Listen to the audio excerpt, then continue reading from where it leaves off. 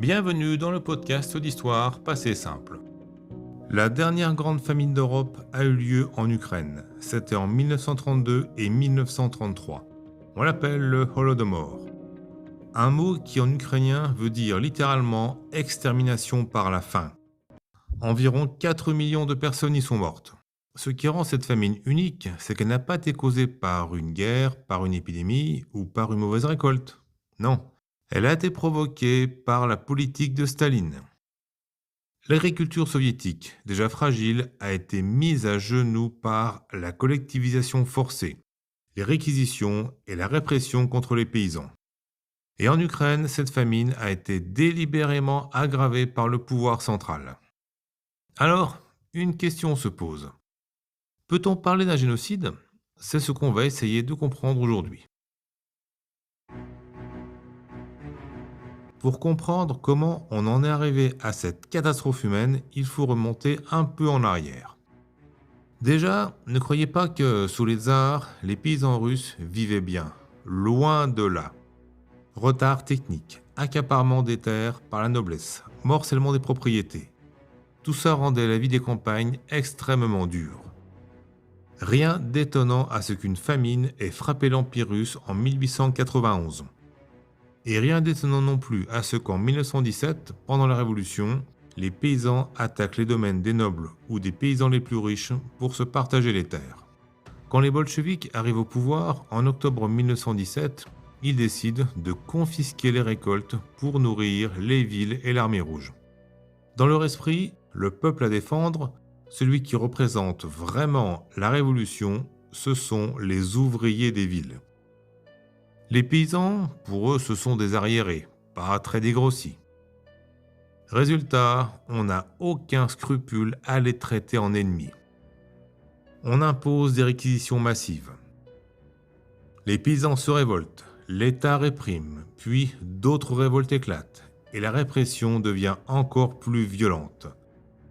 La famine de 1921 achève de briser toute résistance paysanne.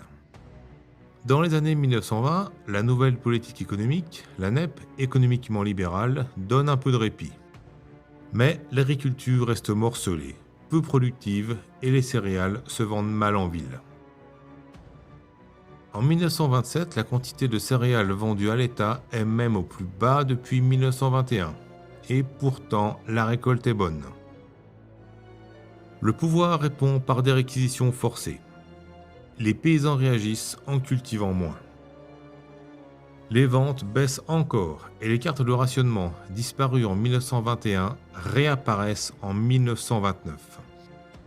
Staline, qui a désormais pris le pouvoir, décide d'une solution brutale et radicale, la collectivisation. Fini les exploitations individuelles. Place aux kolkhozes, les coopératives agricoles, et aux sovkhozes, les fermes d'État. Attention, rien à voir avec nos coopératives agricoles modernes où les agriculteurs sont propriétaires de leurs terres et de leur bétail. Dans les kolkhozes, tout est collectif. Les terres, les bêtes, les bâtiments, les outils, tout sauf la maison d'habitation.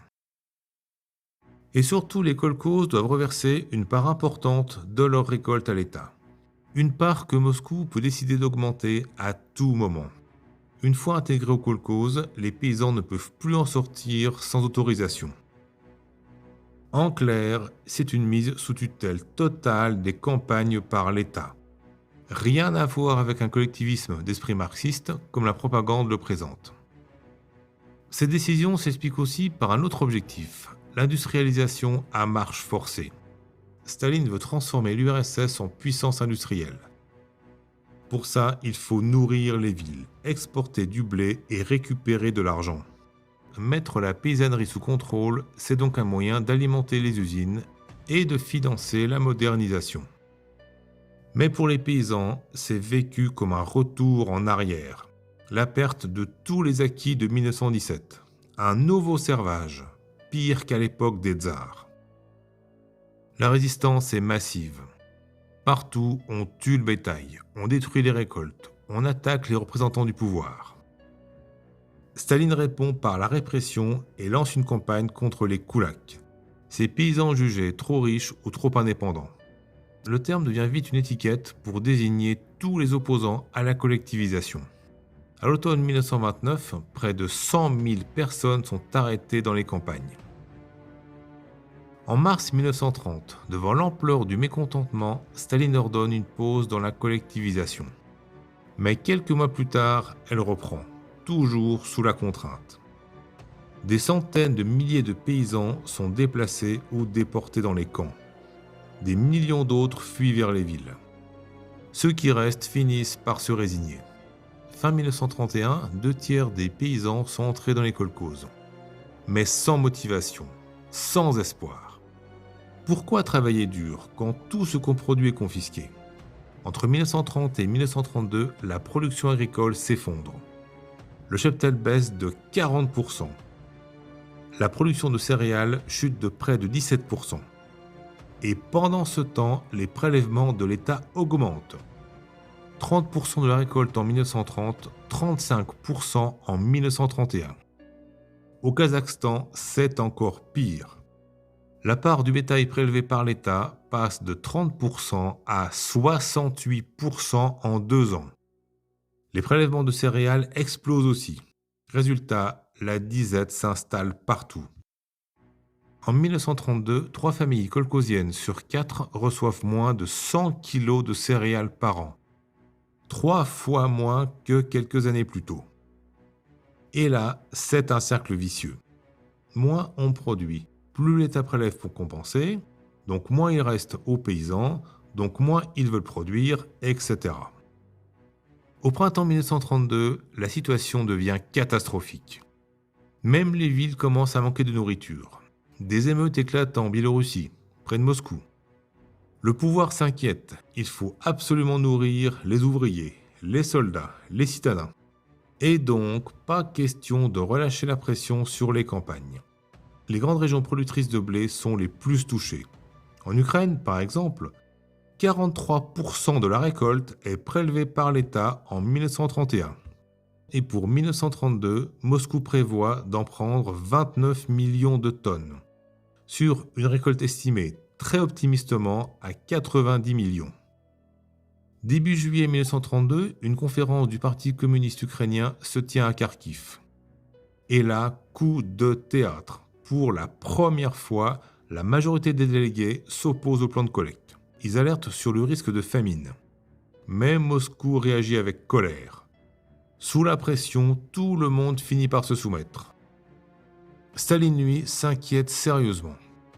Le 11 août 1932, il écrit à son proche collaborateur Kaganovitch. Voici un extrait de sa lettre. Le plus important maintenant, c'est l'Ukraine. Les affaires de l'Ukraine vont lamentablement mal. 50 comités de district se sont prononcés contre le plan de collecte après l'avoir déclaré non réaliste. À quoi ça ressemble ? Ce n'est plus un parti, c'est un parlement, une caricature de parlement. Si nous n'entreprenons pas immédiatement le redressement de la situation en Ukraine, nous pouvons perdre l'Ukraine. Il faut également avoir à l'esprit que, dans le Parti communiste ukrainien, 500 000 membres, entre parenthèses, on trouve pas mal, oui, pas mal, d'éléments pourris, de nationalistes ukrainiens, conscients ou inconscients, et enfin des espions du gouvernement polonais.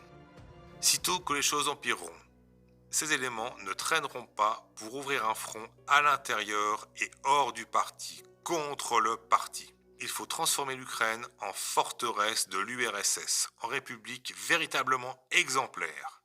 Ne pas lésiner sur les moyens. Cette lettre résume tout. Staline voit l'Ukraine comme un risque politique. Depuis longtemps, un sentiment national fort y existe. Les Cosaques Zaporog avaient tenté de préserver l'indépendance face à la Russie. Leur souvenir a nourri au fil du temps un idéal de liberté. Pendant la guerre civile, une brève république populaire ukrainienne avait même vu le jour. Et en 1930, près de la moitié des révoltes paysannes contre la collectivisation ont lieu en Ukraine, avec parfois la proclamation de slogans nationalistes. Pendant plusieurs semaines, le contrôle de pas mal de districts frontaliers avec la Pologne a été perdu. À Moscou, c'est la paranoïa. On redoute un complot koulak et nationaliste, voire une sécession. Toutes les remontées de terrain qui évoquent la famine sont interprétées comme des signes d'hostilité politique. En septembre 1932, les plans de collecte ne sont remplis en Ukraine qu'à 32%. En octobre, c'est pire. Et là, une répression jamais vue s'abat. Le 22 octobre 1932, Staline envoie 2 de ses proches, Molotov et Kaganovitch, pour redresser la situation.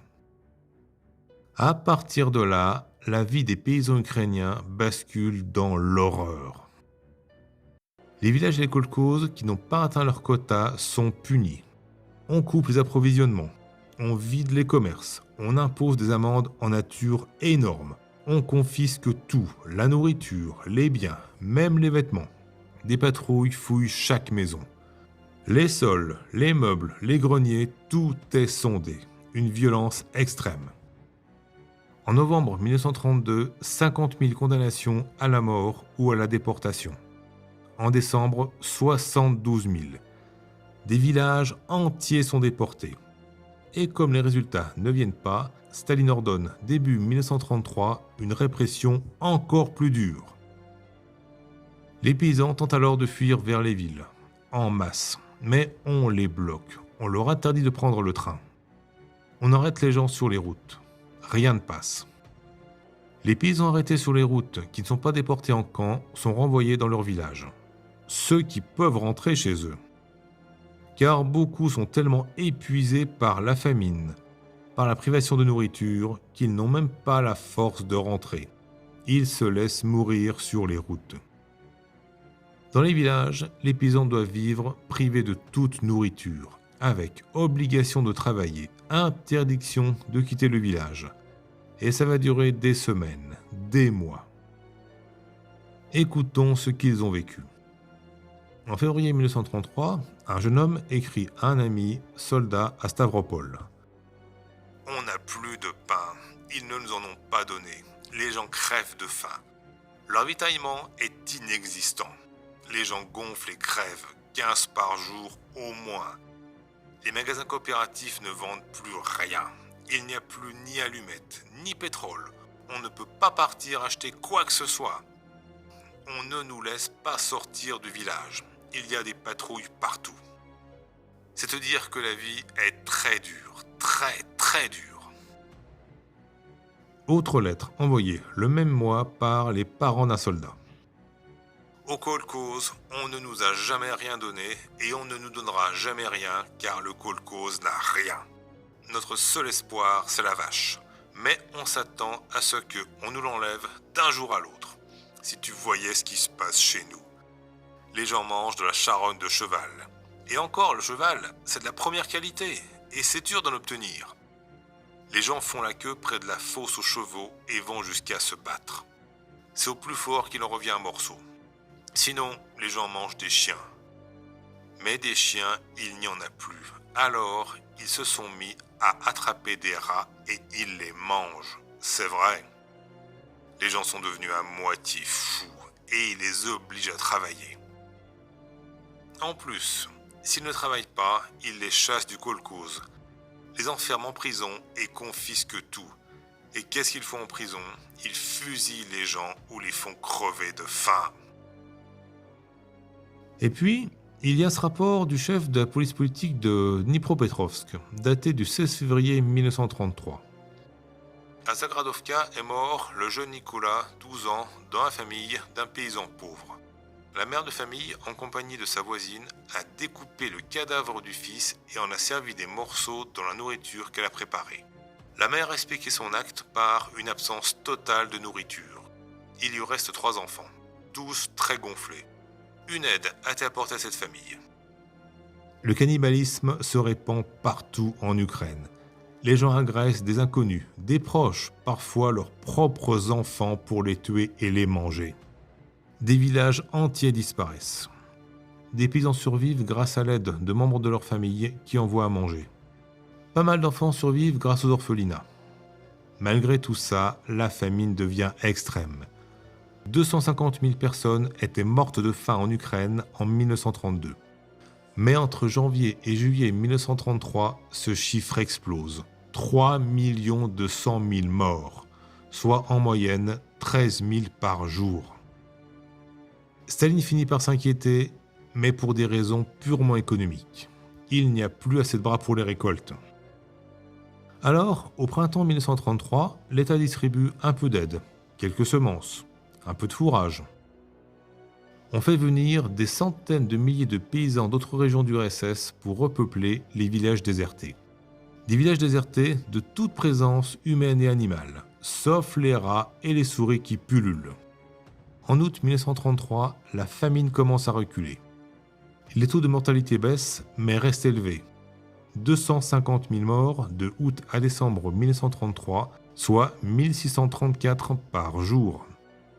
En 1934, la surmortalité due à la famine touchera encore 150 000 personnes, soit en moyenne 411 morts par jour.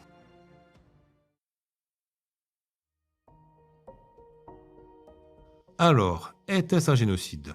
Au sens juridique défini par les Nations Unies, de l'extermination physique, totale ou partielle, d'un groupe ethnique, culturel, national ou religieux ciblé en tant que tel. La question reste débattue. L'Ukraine, les États-Unis, le Canada et la majorité des pays européens reconnaissent aujourd'hui le Holodomor comme tel. La Russie, non. Et pourtant, les faits sont là. En Ukraine, la famine a été aggravée intentionnellement. Les élites ukrainiennes, écrivains, professeurs, responsables locaux ont été arrêtés, déportés, exécutés. La politique d'ukrainisation, qui encourageait la langue et la culture ukrainienne, a été brutalement arrêtée par Staline.